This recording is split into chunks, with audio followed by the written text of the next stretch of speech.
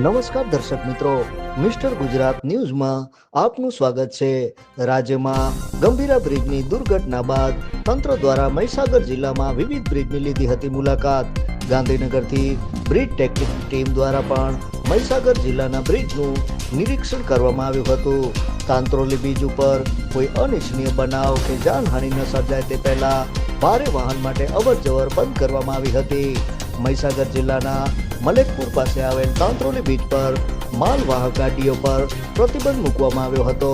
તાંત્રોલી bridge ઉપર હાલ પૂરતો ભારે વાહન ચાલકો માટે પ્રતિબંધ મૂકવામાં આવ્યો હતો। સ્થાનિકો અને નાના વાહન ચાલકો તેમજ બસ માટે આ બ્રિજ ચાલુ રાખવામાં આવી છે। તાંત્રોલી બ્રિજ પર ભારે વાહનો પ્રસાર ન થાય તે માટે બેરિકેડ મૂકી પોલીસ બંદોબસ્ત ગોઠવવામાં આવ્યો। Report by Virbhadrasinh Sisodiya. જોતા રહો મિસ્ટર ગુજરાત ન્યૂઝ, સત્યતાની સાથે સ્પષ્ટ।